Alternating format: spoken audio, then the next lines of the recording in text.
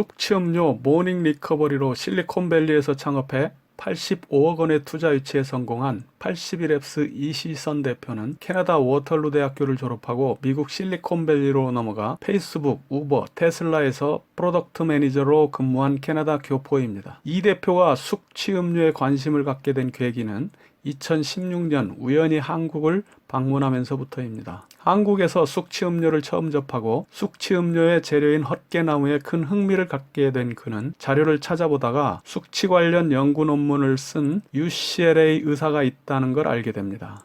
그녀를 직접 만나 이야기를 나누고 가능성이 있다고 판단한 그는 제품을 만들어 보기로 결심하게 됩니다. 프로덕트 마케터로서의 호기심이 발동한 것이죠. 술 시장에도 관심을 두고 있었고 세계적으로 미국의 술 시장이 크다는 것도 그를 움직이게 했습니다. 사람들이 이걸 살까? 라는 단순한 호기심으로 숙취음료를 오불에 파는 가짜 웹사이트도 만들었습니다. 가능성을 검증하기 위해서였죠. 물건도 없는데 $2,000가 모였습니다. 그가 궁금했던 점은 단순히 숙취해소 음료가 수요가 있는지였고 가짜 웹사이트 실험을 통해 이를 확신할 수 있었습니다. 실제로는 물건이 없었기에 이후 금액은 모두 고객에게 환불해 줬습니다. 그 와중에도 UCLA 의사와의 만남을 지속했습니다.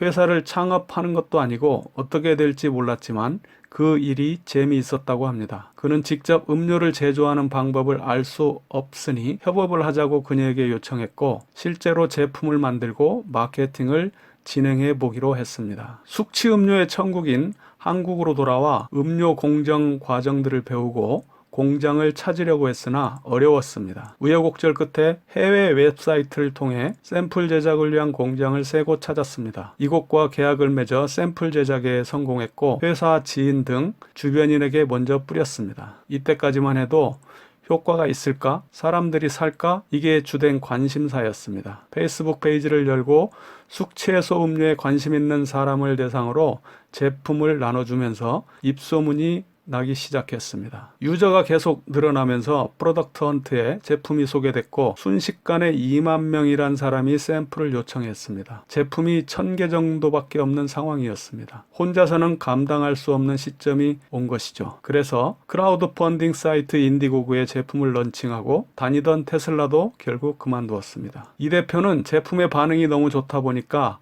팔아보자는 생각을 했고 잘 안되면 그냥 재미있는 프로젝트를 했다고 생각하려 했습니다. 열심히 했지만 풀타임으로 했던 일도 아니었고 그에게는 처음부터 프로젝트로 시작했기 때문에 이걸로 회사를 그만둘 생각도 없었습니다. 그런데 그가 회사를 그만두게 된 것은 도전하는 과정에서 시장의 수요를 확인하고 긍정적인 피드백을 통해 스스로에게 확신이 생겼기 때문입니다. 그는 창업한 지 3개월 만에 10억 매출, 6개월에는 30억 매출을 기록했습니다. 이런 성장세에 힘입어 85억의 투자 유치에도 성공한 것이죠. 이 대표는 처음부터 부담 없이 시작했고 한 번도 해보지 못한 일이었기 때문에 문제가 생기면 계속 부딪히면서 해결했습니다. 이러한 그의 실행력 덕분에 성장할 수 있었고 지금도 그렇게 문제를 해결해 가고 있습니다. 이시선 대표의 중요한 시사점은 자신의 흥미와 관심을 따라 행동했다는 점입니다. 사람의 흥미와 관심은 재능이나 열정과 연결되어 있습니다. 그래서 자신의 흥미와 관심이 무엇인지를 파악하고 자기 자신을 이해하는 자기 관찰은